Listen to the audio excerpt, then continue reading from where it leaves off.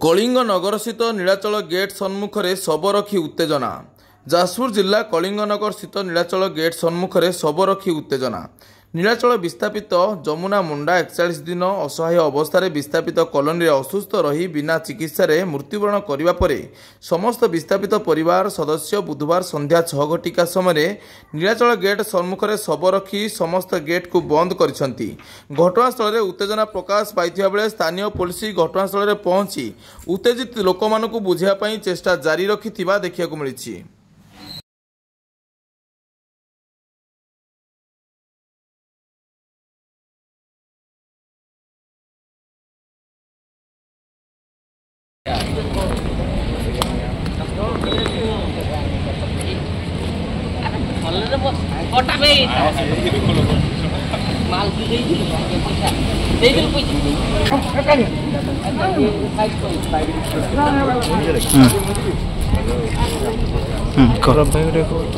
भाई के ये कुनाल कुनाल